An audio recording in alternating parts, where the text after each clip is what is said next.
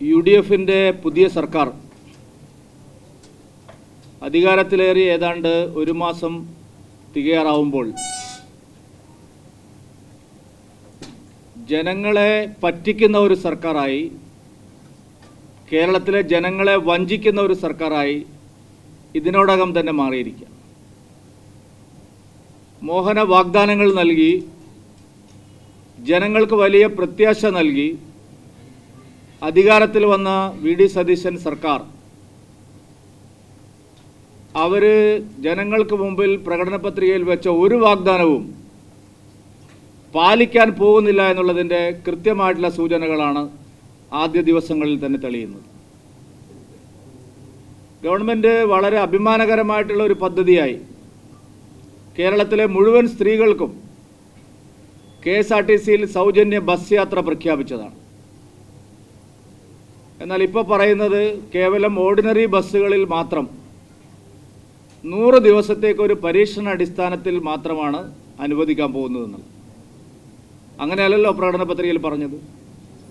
പ്രകടന പത്രികയിൽ പറഞ്ഞത് സർക്കാർ അധികാരത്തിൽ വന്നാൽ ഒരാഴ്ചക്കകം കേരളത്തിലെ എല്ലാ സ്ത്രീകൾക്കും KSRTCയിൽ സൗജന്യമായ ബസ് യാത്ര അനുവദിക്കുമെന്നുള്ളതായിരുന്നു. ആ വാഗ്ദാനം പാലിക്കുന്നതിൽ സർക്കാരിന് യാതൊരു താല്പര്യവുമില്ല എന്നുള്ളതിൻ്റെ തെളിവാണ് ഇപ്പോഴത്തെ ഈ മലക്കം മറിച്ചിൽ. ഗതാഗത മന്ത്രി പറയുന്നത് ഒരു കാര്യം, മുഖ്യമന്ത്രി അവകാശപ്പെടുന്നത് മറ്റൊരു കാര്യം. ഗതാഗത മന്ത്രിക്ക് ആദ്യം മുതലേ തന്നെ ഇത് നടപ്പാക്കാൻ സാധിക്കാത്തൊരു പദ്ധതിയാണ് എന്നുള്ള കാര്യത്തിൽ തർക്കമുണ്ടായിരുന്നില്ല.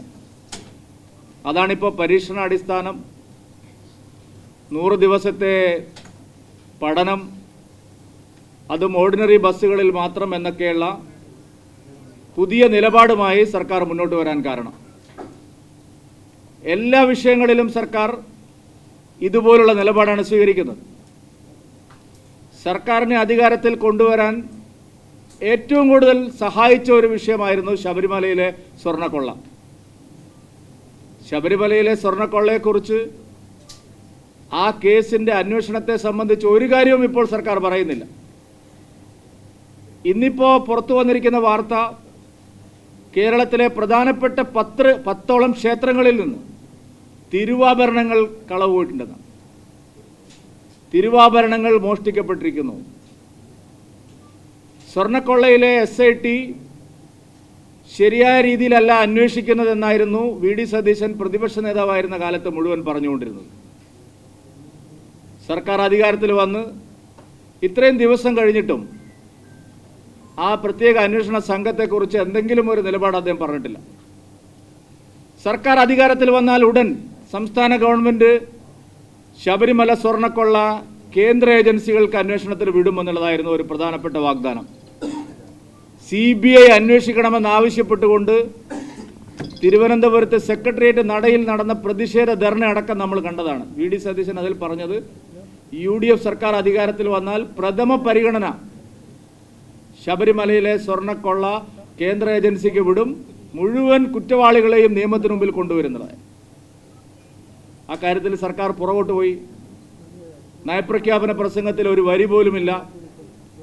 മുഴുവൻ മന്ത്രിസഭാ യോഗങ്ങൾ 3 കഴിഞ്ഞു. ഒരിടത്തും ശബരിമലയിലെ സ്വർണ്ണക്കൊള്ളയെ സംബന്ധിച്ചുള്ള അന്വേഷണത്തെ സംബന്ധിച്ചുള്ള ഒരു കാര്യത്തിലും തീർപ്പ് കൽപ്പിച്ചു. 2019 മുതൽ UDF അവകാശപ്പെട്ടിരുന്ന ഒരു കാര്യം പിന്നീട് പ്രകടന പത്രികയിൽ, 2 തെരഞ്ഞെടുപ്പുകളിലെ പ്രകടന പത്രികയിലും അവർ പറഞ്ഞൊരു കാര്യം, ശബരിമലയിലെ യുവതീ പ്രവേശന സമരകാലത്തെ സമരങ്ങൾ പിൻവലിക്കുന്നുള്ളതായിരുന്നു.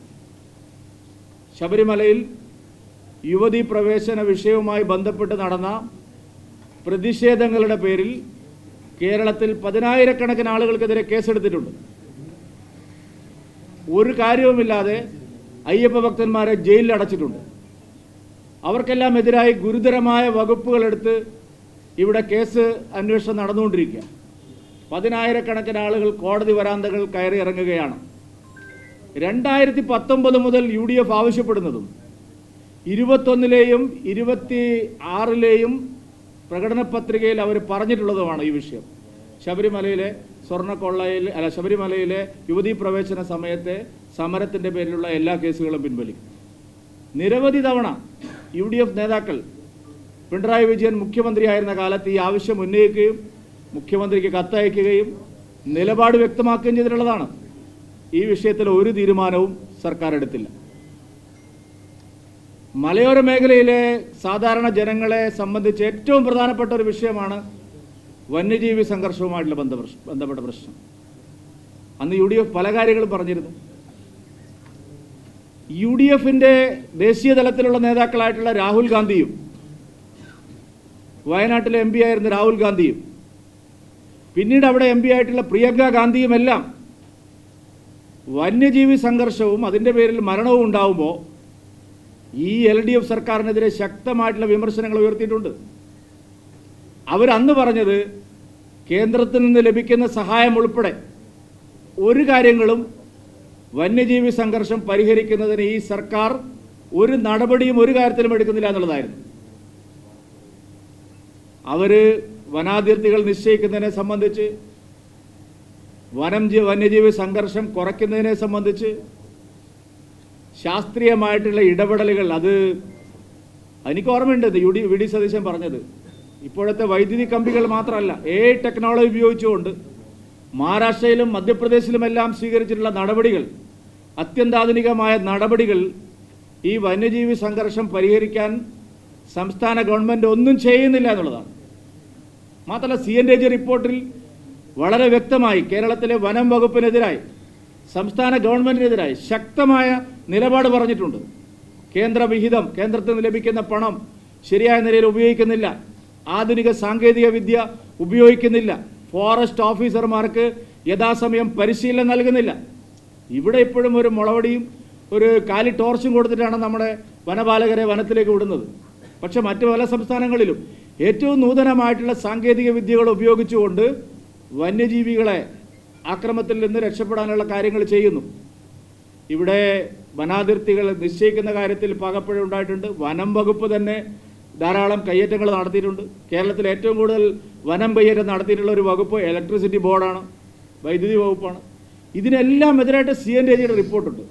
അന്ന് ശക്തമായ നിലപാട് സ്വീകരിച്ചയാളാണ് VD സതീശനും ഇവിടുത്തെ പ്രതിപക്ഷവും. ഈ സർക്കാർ വന്നതിന് ശേഷം എത്ര പേരുടെ ജീവഹാനിയാണ് ഉണ്ടായിരിക്കുന്നത്? എന്താ നിലപാട് പറയുന്നത്?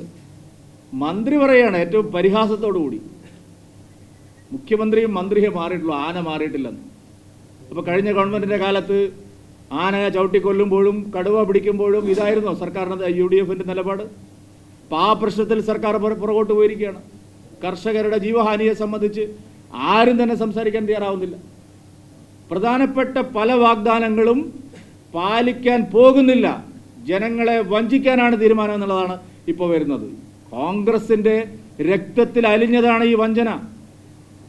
കോൺഗ്രസ് കർണാടകയിൽ സ്ത്രീകൾക്ക് സൗജന്യ ബസ് യാത്ര പറഞ്ഞു, പെൻഷൻ കൊടുക്കാമെന്ന് പറഞ്ഞു, പാലിച്ചില്ല.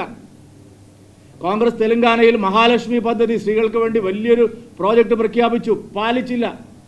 കോൺഗ്രസ് ഹിമാചൽ പ്രദേശിൽ 1500 രൂപ പ്രതിമാസം സ്ത്രീകൾക്ക് പെൻഷനായി കൊടുക്കുമെന്ന് പറഞ്ഞു, പാലിച്ചില്ല.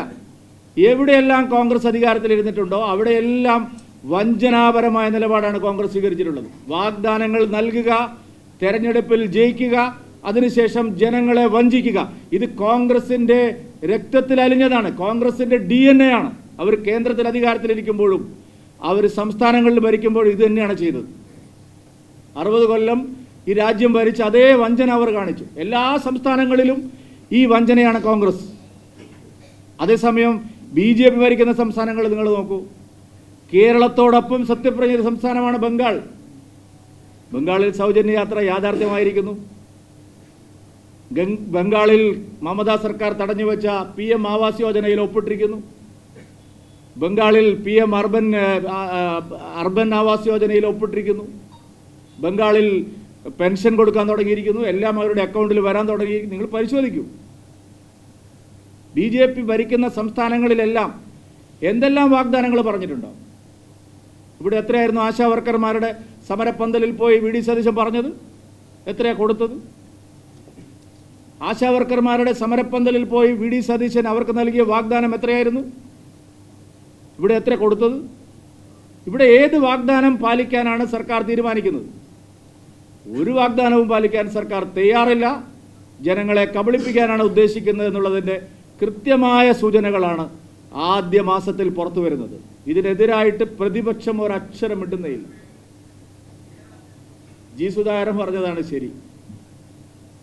ഒരു നനഞ്ഞ പടക്കം പോലെ ഇരിക്കുകയാണ് ഈ പ്രതിപക്ഷ നേതാവ്, മൗനിയായിട്ടിരിക്കുകയാണ്. ഈ സർക്കാരിൻ്റെ കൊള്ളരുതായ്മകൾക്കെതിരെ ഒരു നടപടിയുമില്ല. തെലങ്കാനയിലെ മുഖ്യമന്ത്രിയെ വിമർശിക്കുന്ന പ്രതിപക്ഷ നേതാവ് കേരളത്തിലെ മുഖ്യമന്ത്രിയും സർക്കാരും നടത്തിക്കൊണ്ടിരിക്കുന്ന കൊള്ളരുതായ്മകൾക്കെതിരെ വായ തുറന്നൊരക്ഷരം ശബ്ദിക്കാൻ തയ്യാറാവുന്നില്ല. എന്താ കാരണം? ഇവർക്ക് തമ്മിൽ അങ്ങോട്ടും ഇങ്ങോട്ടും അഡ്ജസ്റ്റ്മെൻ്റാണ്. കേസുകൾ ഒത്തുതീർപ്പാക്കി പരസ്പരം രക്ഷപ്പെടുന്ന രീതിയാണ് കഴിഞ്ഞ ഇത്രയും ദശകങ്ങളായി കേരളത്തിൽ നടക്കുന്നത്. അത് തന്നെയാണ് ആവർത്തിക്കാൻ പോകുന്നത് എന്നുള്ളതിൻ്റെ തെളിവാണിത്. ഭാഗ്യവശാൽ 3 BJP MLA-മാർ കേരള നിയമസഭയിൽ ഉള്ളതുകൊണ്ട് ഇതൊന്നും ചോദ്യം ചെയ്യപ്പെടാതെ പോവില്ല എന്നുള്ളത് മാത്രമേ പറയാൻ സാധിക്കൂ. ഇതൊന്നും ചോദ്യം ചെയ്യപ്പെടാതിരിക്കാൻ പോകുന്നില്ല. ഇന്ത്യ മുന്നണി ഇവിടെ ഫലത്തിൽ യാഥാർത്ഥ്യമായിരിക്കും. പരസ്പരം തെരഞ്ഞെടുപ്പിൽ മത്സരിച്ച് ഭരണകക്ഷിയും പ്രതിപക്ഷമായിരിക്കുന്നവർ ദില്ലിയിൽ കാണിക്കുന്ന നാടകങ്ങൾ ഇന്നലെ കണ്ടല്ലോ. ഡീലാണെന്നാണ് അവർ പറഞ്ഞിരുന്നത്. BJP-യും CPM-ഉം തമ്മിൽ ഡീൽ. യോഗത്തിൽ പങ്കെടുക്കാൻ പോകുന്ന പ്രതിനിധി പറഞ്ഞത് ഞങ്ങൾ എന്ത് ഡീലുണ്ടാക്കിയെന്ന് രാഹുൽ ഗാന്ധി വിശദീകരിക്കണം. എന്താ വിശദീകരിച്ചത്? എന്നിട്ട് കെട്ടിപ്പിടിക്കുക, ഉമ്മ വയ്ക്കുക, എല്ലാം പറഞ്ഞ് കോംപ്ലിമെന്റ്സ് ആക്കുക. നാണം കെട്ട ഭരണകക്ഷിയും അതിലേറെ നാണം കെട്ട പ്രതിപക്ഷവുമാണ് കേരളത്തിൽ. അതുകൊണ്ട് ഇതിനെതിരായിട്ട് ജനങ്ങളുടെ പ്രതിപക്ഷമായി BJP പ്രവർത്തിക്കും, NDA പ്രവർത്തിക്കും. വരും ദിവസങ്ങളിൽ ഈ വിഷയങ്ങളെല്ലാം ഉയർത്തിപ്പിടിച്ചുകൊണ്ട് അതിശക്തമായിട്ടുള്ള ജനകീയ പ്രതിഷേധം, ജനകീയ സമരങ്ങൾ ഇതെല്ലാം ആസൂത്രണം ചെയ്യാനാണ് പാർട്ടിയും NDA-യും ആലോചിക്കുന്നത്.